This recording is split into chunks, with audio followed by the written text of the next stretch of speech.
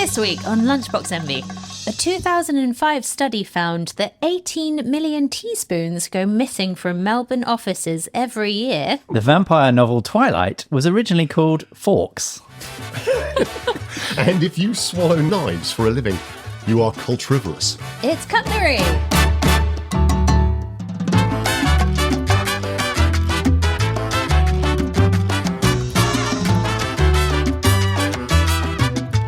Hello and welcome to Lunchbox Envy. I'm Manu and I'm here with my fellow QI elf Jack. Hello, Jack. Hi, Manu.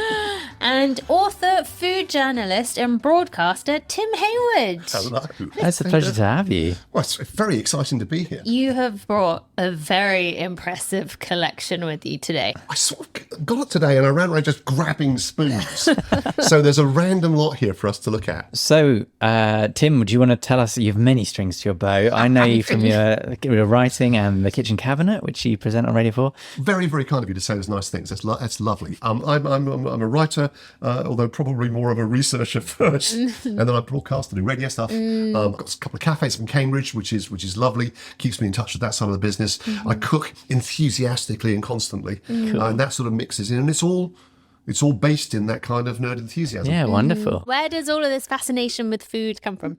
Growing up, I was an art student in a South Coast town, and the only jobs you could get were in hospitality. Right. So I started working in restaurant kitchens. I don't know, when I grew up, I went off and got jobs in hospitality, and it sort of worked that way. Then I ended up working in TV production and advertising and millions of other things, and sort of forgot all about it. And then when I was about 40, and my daughter was born, I just sort of ended up staying at home and looking after her and writing. And so I started writing about what I know. And because I'd spent like 20 years in advertising, what you do is you go out for meals on somebody else's ticket. Right. And when you look at it, about 75% of the food writers and restaurant critics in the big papers at the moment, they're all ex-ad people. Wow. Because when it all kicked off, which was around 2000, the sort of food renaissance starts, we knew where the restaurants were. We'd been spending somebody else's money going to them. Oh, I and we see. drunk all the drink and eaten all the Yeah. food. And it was great. So we could write about it. It was You're fine. food experts. So we suddenly became experts. But also, I've been a nerd my entire life. And I'm now lucky enough that for the magazines and newspapers, I've got editors who say basically, hey, Tim, what are you going to nerd out on next? Nice. And the next book I'm doing is cocktails. I spent 2 years drinking I cocktails. was going to say, have you been first-hand researching? Yes. Wow. Yes. Okay. Yes. Nice. Cutlery. Yeah. My first gripe with how this podcast was introduced, sorry, Alex, who wrote the script, is not what we're talking about today. Is it not? I don't think so. Have I been researching the wrong thing? Technically, cutlery isn't all three of the holy trinity knife, the knife, forks fork, and spoon. Right. We are going to talk about a mixture of cutlery and flatware. Flatware, yes. I came across that. Forks and spoons, flatware. Okay. Cutlery technically refers to cutting tools like Oh, right. knives, scissors, which are made by a cutler. Really? That's so cool because it's a different process of manufacture. I would never use the term flatware because that feels to me like it's an American term. But actually, I brought this along because it's a handmade spoon. Cool. That's beautiful. So when you get a lump of metal, you sort of cut into it in two places and bash down to one side of the cut, and that you draw that out to make the sort of handle. And then the other bit, you kind of bash until it goes flat. Yeah. And you keep bashing it until it goes round flat. Yeah. And then you put it under this big pressure thing that pushes the bowl out. But what you've effectively done is you've made something out of a single flat piece. Right. A fork is roughly that. Then you cut it and bend it. at And the times, yeah. that's it.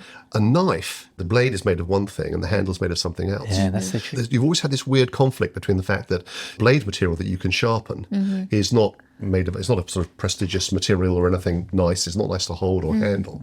And even if you have an old canteen of lovely silver cutlery, very often the handle is silver and the blade is made of either stainless steel or knife steel or something like that. So it's a two-part process there. Yeah. I also wanted to say we are going to be focusing on the Western trio. Oh, yes, of course. 'cause Eating there must be utensils. others. Or I won't be talking very much about chopsticks, although a massive proportion of the global population uses them.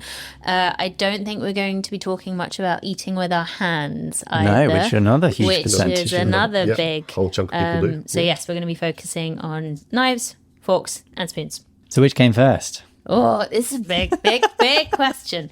One of the oldest of these what word shall I use? Cutlery or flatware? Yeah, I stick with cutlery. I think. We're Yeah, using cutlery. Comes from before humans existed. Oh, no way. So it's Yeah, the first cutting implement would have been pre-Homo sapiens. Yeah. So in 2011, researchers found a 3.3 million year old stone flake, which had been fashioned by proto-Homo sapiens, so Australopithecines, and they had used these tools to tear animal flesh off the bone because they found bones with the similar cut marks in the area. And we only arrived about 2.8 million years ago. Okay. So we've been using, or like we-ish, our ancestors have been using cutting tools for a really long time. The bizarre thing you've got there is, I mean, you can't really turn an animal into meat without an ability to cut. That's true. Unless you do the thing that we're uniquely adapted for, which is these sort of canine things. And you can cut with those, that's fine. Yeah. You can grind with those. But there's also this bit in the middle which works with your hands. So that's the cut and tear function. Yes. And the spoon, but probably the spoon predates everything else, because the first spoon would have been a shell. We've got evidence of pre-human humans eating shellfish. The fork evolves much, much later. Oh, the fork has its own crazy history. I'm going to elaborate on that. You're going to elaborate? Oh, good. Okay, you're on forks. Goodness. Good. And not just the Twilight novel. That's a terrible name. Well, it is, but do you know why? It's because it's set in the city of Forks in Washington State, I think. That makes more sense. Which she only picked because it's the rainiest part of America. And she wanted the whole thing to be quite gloomy and set. I was thinking more of the teeth. No. So adopting cutlery as a civilization has had a huge effect on the shape of our faces, because the theory goes, at least, that back in the day when we actually didn't have cutlery, we would tear a lot more of our food with our mouth and our hands, and that required bigger jaws, whereas now a lot more people have an overbite because we don't need to use the jaws, because we just cut the thing up on the plate and put it straight in our mouth. I was researching something recently.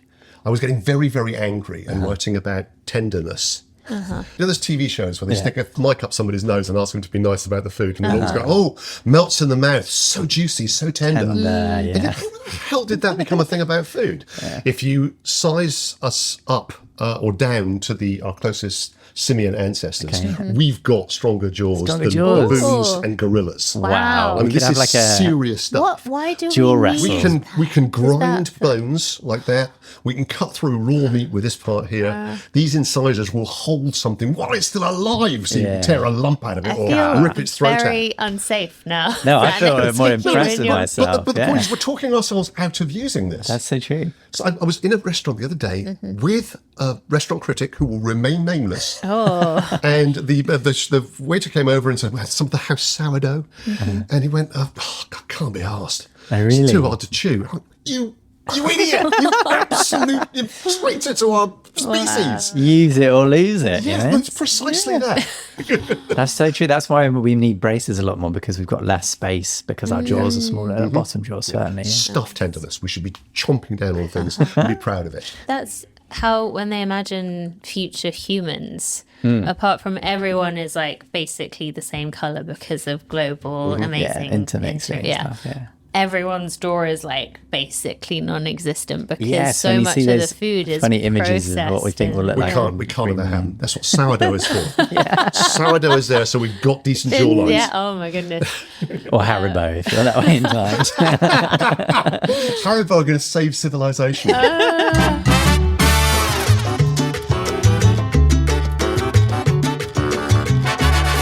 Time for our first lunchbox, and today that is mine. And I have brought a pickle fork. Oh, that is beautiful. It's very It's beautiful. got like an ivory handle. Yeah, like a little trident, a lot longer than a regular fork, and its tines, which are the like teethy, prongs, I prongy suppose, bits, are very short in comparison to the body. And it's got a lovely ivory handle, and it's quite ornate. Is it real ivory? Because that's sort of illegal to sell, isn't it? It does look, I mean, I think it might be quite old. Yeah. So yes, we're going to say probably made out of an elephant's face parts. Beautiful. But today I wanted to talk about the history of forks, where they come from, and the Victorian obsession with forks and cutlery and flatware more broadly. Yeah. So compared to, like we mentioned, knives and spoons, which have a really, really ancient history, forks have a very weird, specific, quite recent history. Okay, they're the young guns. Yeah, because they were quite a controversial implement. Yes. Oh, yeah. So I got a lot of this from a really incredible article called Knife, Fork and Spoon, which is quite old. It was released in the 50s, but it was an article that was based on an exhibition sponsored by Tao Silversmiths, an incredible global collection of spoons and knives and forks and all of this different kind Hence the name. eating utensils. And they do a really beautiful kind of run through of how each of these tools developed and how they influenced each other. Yeah. So people have been skewering food with kind of fork-ish implements. So like skewers with two big prongs. Yes, I was going to say, sorry to interject, but what's the minimum number of tines? Would a spike, like a stick with a sharpened end, be I think you need fork? at least two, like a fork in a road. Oh, okay. Kind of Very deviates good. at the top. So I'd say the minimum is 2 tines. Got Yeah. it. There's a sexual reference in Shakespeare talking about forked or forkhead, and it's talking about the crotch basically. It's because the crotch is also forked. I think it's in King Lear. It really goes back a long way, that idea of the split. Yeah. That's when you know you don't know your Shakespeare, because I would have watched that and been like, oh, that's fine, and it's actually filth. So people have been using the kind of two-pronged, two-tined skewer implements for a really, really long time. We have examples from ancient Egypt and ancient Rome. There are bone two-tined skewers from Bronze Age China. And it's the Italians that we can thank for the fork as we kind of recognize it today with multiple tines. There's a thing there whereby if you were eating small birds or small animals, some of the bones that are left over and would have been by the side of the fire would have been the small, sharp, pointy ones. So where you sat, squatted and ate with your family around the fire, there'd have been this stuff there. You pick one up, just use it as a toothpick. If you've got one of those to eat with, imagine, you jab it into a piece of dead elk or something, and it's going to spin around and you're going to be chasing it. So sooner or later you're going to pick up two. If you start getting smart about it, you tie them together. I mean, I've got a mate who's she's a brilliant academic and historian about food.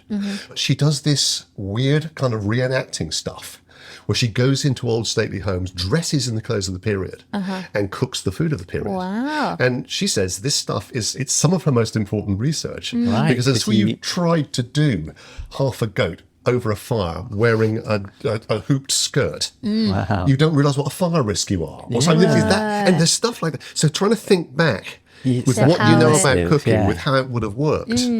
Is that Annie Gray, by the way? Yes. Yeah. Has she been on? No. I just listened to the kitchen cabinet. And so And she is such a font of information. course, She's yeah. great. I mean, you need to definitely get Annie on Oh, because she's yeah, we lovely. should. She's fantastic. Where were we? It was talking So, about the Italians. Yeah, the Italians. We have a kind of tussle between people in Italy trying to popularize the fork and then people being like, no, the fork is effeminate and stupid. Oh, really? And you should be using your hands. I thought they were going to go for devilish because of the... because of the trident or the devil's horns. Or, I think because we had been given our fingers, so they were like, "Why would you disgrace yourself?" So, and It's also it was deemed to be a Catholic thing as well. Oh, right. That always comes into it somewhere. Yeah. You've got to have a way of putting the boot on the Catholics.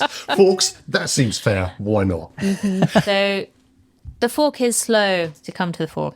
But there is, around the same time, so we're talking about like the 1500s, 1600s, a growing concern with hygiene and table manners. Ah, okay. Particularly in Europe, there are examples of people like Erasmus of Rotterdam, who's a theologian, and he's talking about how you should bring up your children more cleanly and tidily, who's talking about it's gross to like lick your greasy fingers and rub them on your jacket. Always wipe your hands on the napkin, because big table napkins used to originally be for like cleaning your hands before a big feast. Right. Okay. It's also kind of changing the ways that we eat. So like you mentioned, food gets smaller and knives get blunter, because it's not seen as super polite to have a crazy sharp object at the table. Right, as a weapon, yeah. So then you need something to like spear your food with. But at the same time, cutting your food and then eating it with a spoon having that spearing object, there's just a lot of stuff going on. Yeah, you'd have to put one down to pick the other one up. So forks become more spade shaped. Oh, They kind of wow. like become rounder like spoons. So you have an implement that you can help cut your food with and also bring all of the food into your mouth, especially if it is becoming smaller and smaller. So you're carving less at the table and your food is being cut up and served to you in smaller pieces. My actual lunchbox. Yes, back to the pickle fork. So once It does look quite devilish to me. It's got one of those kind of reminds me of arrowheads on the tines. Poseidon's Poseidon's trident, but a really trident, yeah. tiny Poseidon.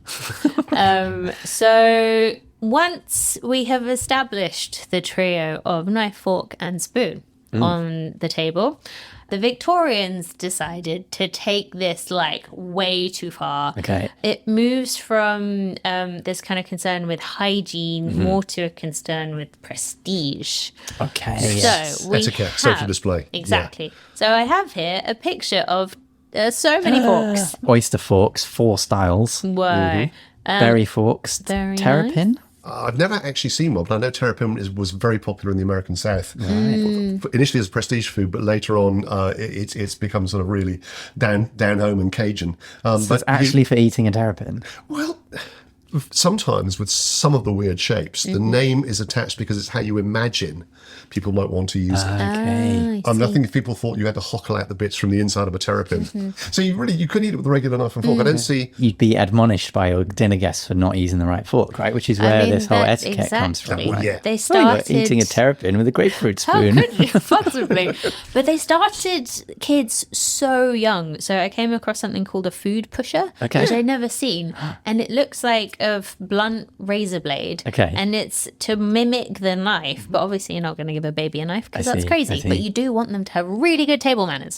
So you give them this little food pusher they hold with one hand and then they have like a spoon in the other. And It's they like a can shuffleboard. bloop, bloop, bloop. I thing. remember brothers and sisters getting that as their christening present. Really? A little silver spoon and a little pusher. And it was very much it was a class thing. That was considered to be classy. Yeah. Like you said, to differentiate people based on their understanding of like the different social rules. And there's the famous social theorist Pierre Bourdieu, who comes up with this idea of cultural capital, which is exactly what Oh, we're yeah. talking about. Yes. So it's like knowing a secret handshake in a club. Like Yes. if you know which forks to use, if you know which spoon you should use, and at what time, you belong to the club. Which is why we have 10 million different kinds of spoon, knives, and forks. Because I live in Cambridge, I'm lucky enough that I've been because I didn't go to university there. I'm telling you, I've been lucky enough to be invited to top table. Wow. High table is something like informal dinners. This is one of the top, or all the academics. They're special guests. I get to be a guest sometimes. But they also, in some of the colleges, particularly the really, really old and prestigious ones, not only do they have this amazing salad and there's the marvellous wine, but you go after the meal, the top table will go up to the combining room, which is where they will sort of sit around and chat. And some of them, they have a large oval table, and this is where you start passing the pork backwards and forwards. And there's usually in the corner of the room, there's a safe in which the college plate is kept. They've got sets of cutlery. They're really, really high Victorian stuff that somebody very wealthy who'd gone off and started a bank, they contribute back to their college. And I've sat at meals there where there's maybe 6 to 8 things on either side. Wow. And you want to talk about, literally shit yourself trying to work out what's coming up next. Is it? It's soup. What am I supposed to do with soup?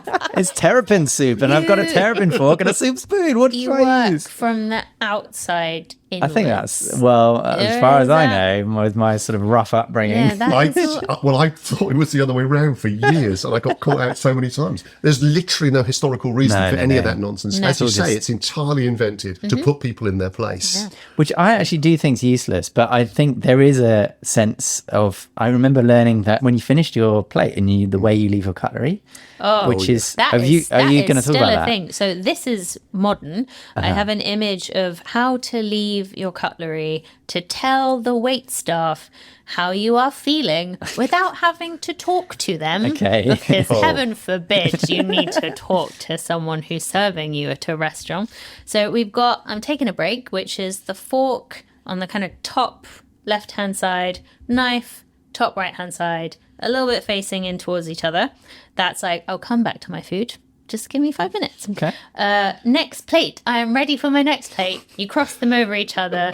Like a cardinal, north, south, east, west. You have excellent, which is they're kind of both lying with their heads on the right-hand side. Across the equator. Plate. Yeah. And then you have unfinished, which is the classic top of the, I think I know that one, which is, 6:30, I suppose. Mm-hmm. Yeah. And then you have one which I've never seen, and I really hope people don't use because this is very bitchy. I don't like it. Oh, wow. Which is a fork. Just the fork in the waiter's thigh.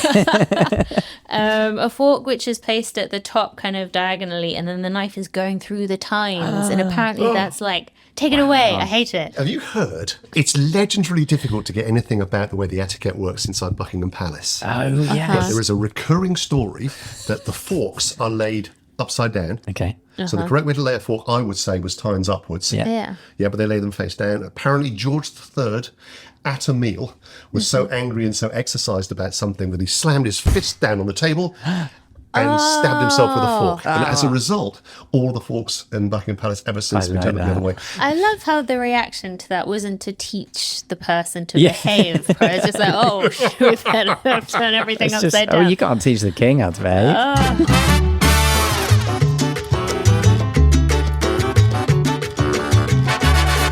It is time for our second lunchbox, and today that is Jack.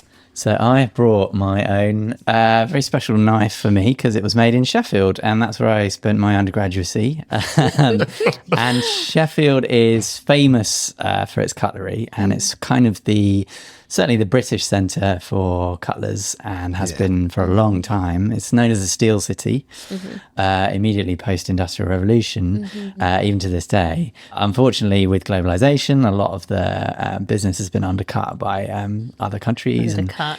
Loving your work. Yeah. But what they've managed to do is make more specialised cutlery. So actually, as my graduation present from my dad, I got a little pocket knife. But the cutlery business is it's not entirely unique because the tailoring business is the same. But actually, the manufacture of the object depends on lots and lots of small independent outworkers. Right.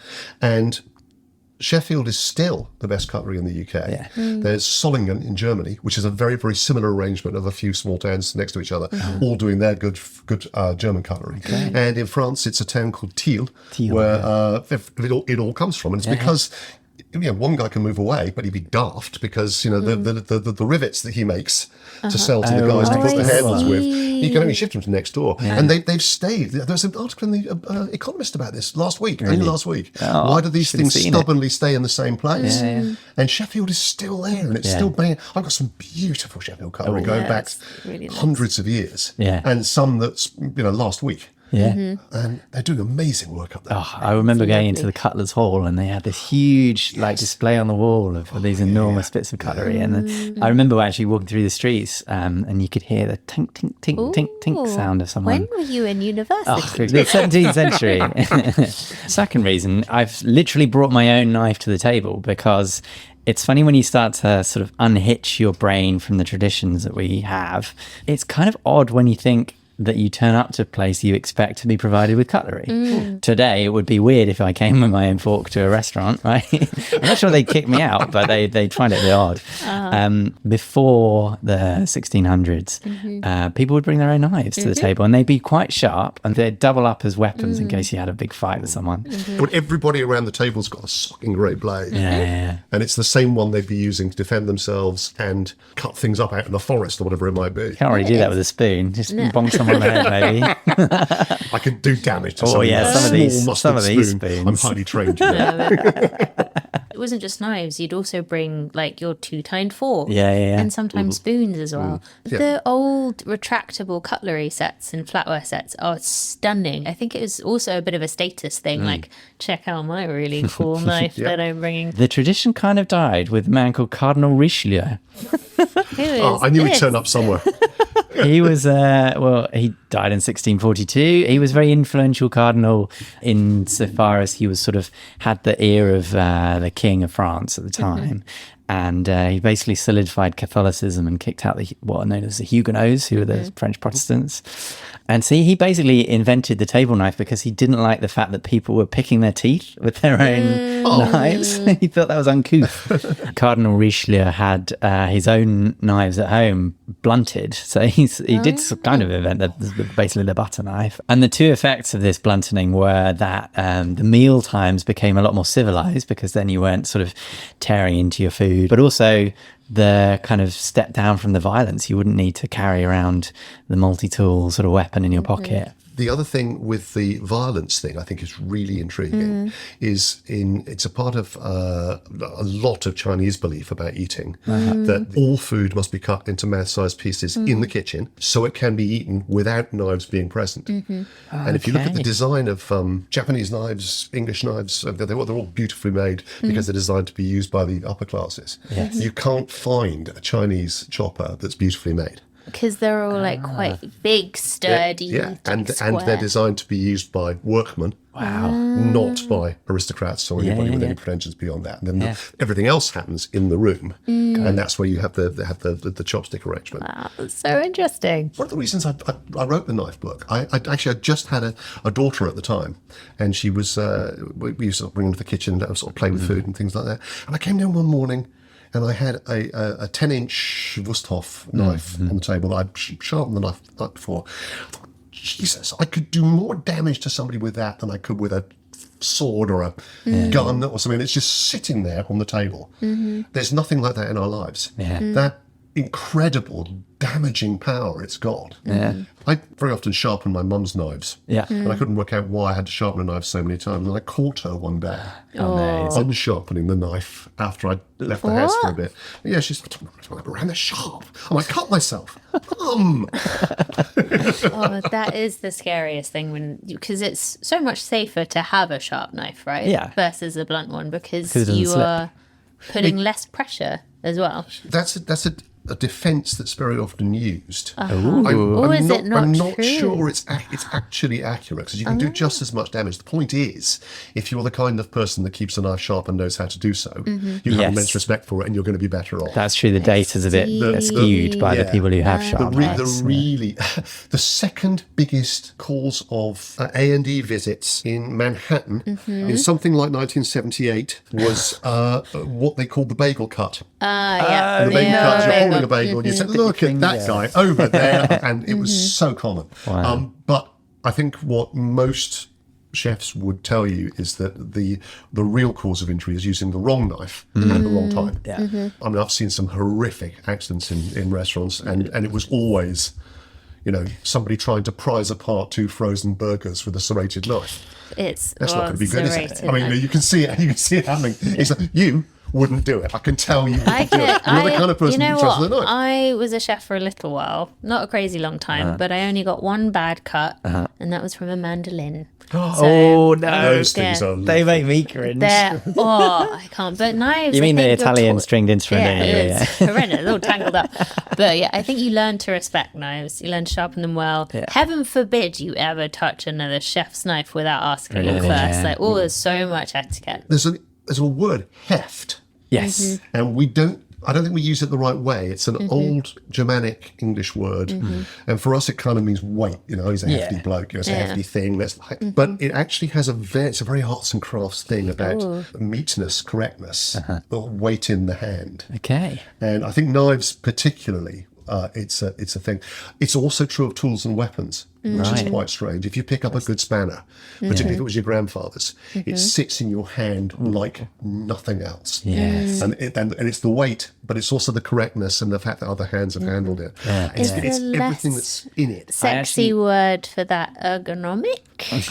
Beautiful. And a word we had to invent because there was no other name for it. Ergonomics is the science of trying to get that into it. I play the trumpet, and if I pick up a different trumpet, it feels so out. Whereas my home trumpet just sits in the hand. There's something about it. I guess it's that thinking about, it's a trope in anthropology as well, thinking about objects as an extension of the body.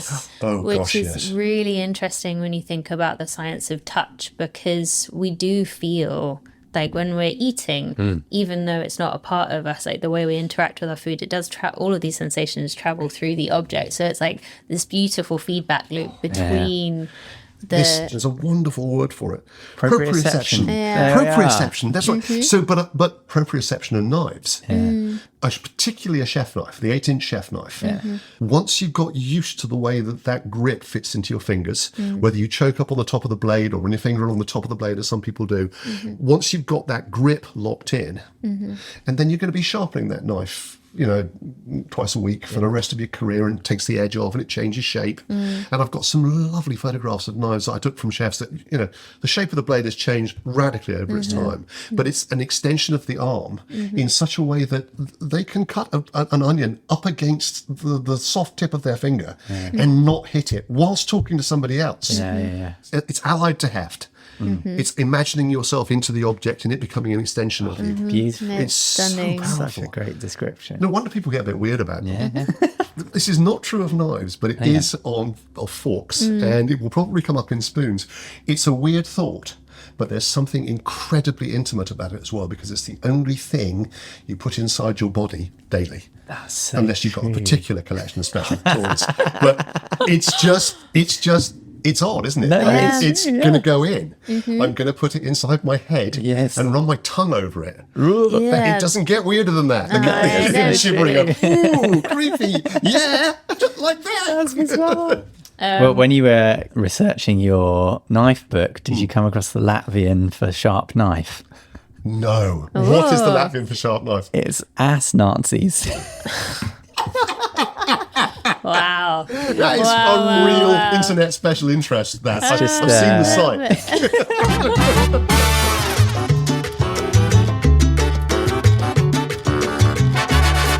It's time for our final lunchbox, and today that is you, Tim. Yes, and my lunchbox is, well, it was a bag, really. I chucked a load of the spoons of my life into a bag. Where did you find these? I'm just an absolute whore for eBay. My actual lunchbox item is this. Ooh. Rusty, because I haven't used these for quite a long time. But when I first started in a professional kitchen, it was many, many, many years ago, and cooking back then wasn't something that you did because it was cool, or even because you liked food that much. It was really a job it was pretty debased. It was pretty bad. There was terrible bullying throughout. And nobody went to catering college. But they used to joke that anybody who's a chef or a sort of sous or hire was probably cashiered from the catering corps for poor personal hygiene. But I worked with a really lovely chef. He was a really, really sweet guy. But he gave me these spoons. There's a bunch of things that are interesting about this. First of all, why would a chef give somebody spoons? Well, I still give my chefs in my restaurant spoons sometimes because they never taste the sodding food. And professional chefs very, very, very often don't do the tasting. They get stuck into it and they won't taste them before it goes out, and they need to. So there's a lot of hygiene rules about you have to keep them clean, you have to have a little pot with clean, so you can't just use the same spoon or that'd be awful. But it wasn't quite so simple about it. But he gave me these spoons. He said, keep them in a pot by your station and taste things, you'll be good. But he also said, I nicked these from the NAFI. Now, the NAFI, I don't know if people would know this, the NAFI was a civilian shop and cafe on every army base. But the NAFI would provide tea and sympathy and some nice food occasionally for the soldiers. But they would nick anything that wasn't chained down. So the spoons are individually engraved with NAFI 2961, which would have been the NAFI that was in his camp. And they've all got a hole drilled in the bottom. Oh, yeah. Because they used to chain them to the table. Actually did. That's so They funny. used to do it in prisons too. And so you'd have to, you'd sit down at your place, there would be the spoon, you pick it up, the bit of chain would dangle like that, you'd eat your soup, wipe it clean, put it back on the table. Are they cleaned in between? They would have, I hope they would have been cleaned in between, but I've got no guarantee they would. And these haven't been cleaned for a few years. These were, I keep them out in my garage out of sentimentality, really. Lovely. So I guess the thing there is about the way that chefery has changed, but the importance of tasting is still absolutely huge, and we don't know it enough. Did you know the oldest item in the coronation gear, you have the crown, you have the scepter, you have the orb, is a ceremonial spoon? But it's got another name. Does it? It's an anointing spoon. It's an anointing Yeah, so spoon, it's yeah. used to pour holy oil onto their and it's part of. I keep getting caught on this one. Whenever I'm writing about stuff like this, there should be a name for the assembled liturgical instruments. Right, but there isn't. There is. I just put kit in my notes. Yes. And the last time I got so bloody frustrated about this, I phoned my mate, Right. who's a vicar. I said, "What do you call it? You spent years at seminary." He said, "We don't know. We call it kit or the gear." So some individual items have names, but there's no collective name for it, because it would be a lovely thing to apply to this. Yeah. What would you call it?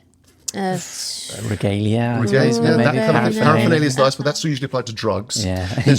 There's no term for the cocktail gear either. Although I think it was James Thurber who referred to them as cocktail tools, Right. which is sort of nice. It's got a certain manly ruggedness. Mixologist. Mixologist thing. Yeah. But sorry, there are many spoons here. So I've realised that I've had kind of an emotional problem with spoons for so long, and I'm very glad to see you've got a moustache. Do you have the thing with like food gets Yes, in it? I have certain spoons which I can't use because they're too deep a bowl, so it goes into my. This is an absolutely classic English spoon, and I've just picked up because the shape was lovely. And this is part of the moustache and soup quest. So when I first started growing a sort of a fuller moustache, I got this terrible problem that if the bowl of the spoon is too deep, as you try and get the soup into your mouth, because you must take your soup out of the side of the spoon, you mustn't turn it around and go in like that. That's how you feed old people and babies, and you can't do it. This is very Victorian sort of poshness. But your moustache gets into it, and it's horrid. And there are moustache spoons that have a little hat over that side and cover it up, and that pushes the moustache up out of the way. Got it. These also, as a pair, make great quenelling spoons. Oh yeah. You've done this. You're a chef. You know You've what? quenelled. I've never made a good. But you know what quenelle. it is. Yeah. That's So beautiful. so a quenelle, you take a spoonful of something like solid cream or ice cream or something like that, and you do this thing where it's audio only. I love it. You scrape the spoons backwards and forwards over each other, and you make a shape. Oh yeah. Could be. It's the same. That's the shape as the earth. That's the shape of the rugby ball, isn't it? Yeah. That's kind of Ponzi chefery, but it's nowhere near as Ponzi as my next spoon. Oh, I love it. This is a rocher spoon. Now, a rocher is like a quenelle, but it's entirely rounded and smooth. So, you know, when you get that, think about an advert for Marks and Spencer's ice cream, and they do that slightly porny shot where they drag the spoon across the top, and it makes a curl. Right, that's called a rocher. Wow. Now, this is not only a professional rocher spoon, but one of my chefs said, "Have you got a rocher spoon I can borrow?" And I said, "Well, no, I haven't. I'll get you one." And I couldn't find one anywhere. And I phoned Angela Hartnett because I'd just been seeing her the week. Where did you get a rocher spoon from? She said, "Oh, you've got to get one of these." Yeah, Gordon has these in the kitchen, and he makes everybody go out and buy one on their first day. Wow. So I went and bought one, and I got one for me and one for each of my chefs. Amazing. And that's the rocher spoon. And that one, because of the... If you look at the shape of the bowl on that, that one you dig and drag, and it just automatically makes this beautiful. So you don't need to use the it's very mathematical. It's like a paraboloid. I mean, there are other professional chef spoons. I just chucked this in at the last minute. This is the end of my spoon and moustache pursuit. This is the standard house spoon now. And it's the one that I picked up in Toklas. To me, that is just kind of evolved and perfect. It's Italian design, but it's not designed to be anything other than something that will be used in a cafe, which means it's got to go through the Hobart 2 million times in its life. And you know what that means. So it's and it comes out looking good. Yeah. And people will not come back to your cafe if you've got bad spoons. No. You know, and they'll complain about the food if they've got bad spoons. And I've got 3 cafes. And the amount of money we have to pay every year for lost or stolen spoons is untrue. But well, on the topic of stolen spoons, did you see that University of Melbourne in 2005? They realised that spoons were disappearing from their cafeteria, and they did the study. And they found that the half-life of a University of Melbourne spoon was 81 days. Wow. I.e., that's the amount of time it takes for half the spoons to disappear. Serious, incredible. Did they find out where they went? Well, some people were trousering them, but a lot of people were just throwing them in the bin, or they'd fall down the back of like cabinets and stuff. And then because they're a relatively low value item, but they're not completely disposable. You wouldn't throw one in a bin deliberately. So they're quite easy. It's a bit like socks in the washing machine. You know? They always go missing. No idea. We even have you scrape the food off into the food bin, it's got a magnet around the inside of the top now. Right. So nobody ever a spoon going. That's genius. Call it a spoon. So that probably is the most in my life. That's the most everyday workable perfect, spoon. ubiquitous. And I feel like I've got there. And You everything found else it. has sort of got me to it. The Holy Grail. And look, see. Moustache, no problem.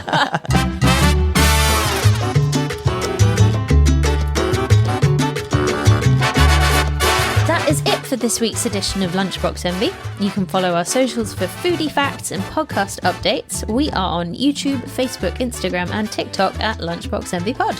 Yes, and you can also get in touch and send us your facts, recipes, questions by emailing us lunchbox@qi.com. And Tim, is there anything you're working on at the moment that you'd like to share with us? Anything you're even more nerdy excited about? Funny you should say that, because if you want to know more about knives, I have a book called The Modern Kitchen, which is basically just tremendous nerdery about pretty much every sort of kitchen appliance and gadget. And it's beautiful. That's I read why it. you invited me. And thank you, it's lovely. And we'll leave you with this from the manifest of the RMS Titanic.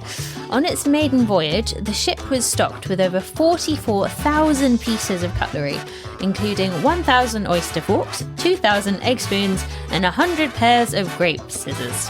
No wonder it sank. We'll see you next week. Goodbye. Bye-bye. Goodbye. Lunchbox Envy was hosted by Jack Chambers, me, Manu Henriot, with special guest Tim Hayward. It was produced by Alex Bell. This has been a quite interesting podcast.